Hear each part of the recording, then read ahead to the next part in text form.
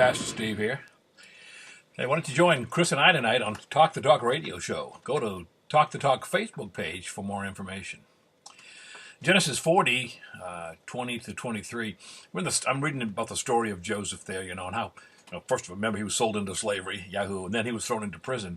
Even in prison, God was there. And then, remember he told the dream to the butler and the baker, no candlestick maker. He told these dreams to them, and they happened just as he said they would.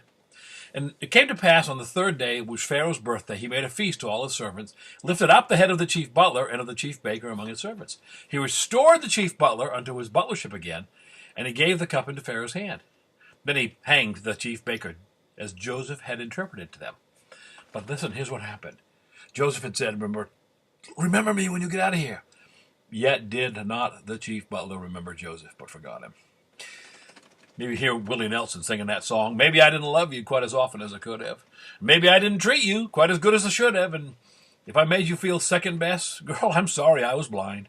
But you was always on my mind. Yeah, you're right. You was always on my mind. And maybe I didn't hold you and all those lonely times. And maybe I never told you I'm so happy that you're mine. Little things I should have said and done, but I only took the time.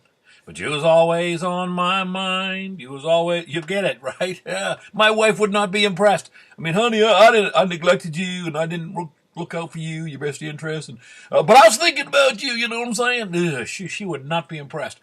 And not a chance. Listen, in Joseph's life, the butler didn't do it. He was the only time the butler didn't do it. He didn't do it. He forgot. He wasn't even on his mind. But Joseph was never out of God's mind and out of God's heart. God had a better plan. God had better timing, and there came a day when the butler had reason to remember, and it was in God's plan. Seemed like you're forgotten today? Seemed like things are as bad as they can get? Seems like God has gone on vacation?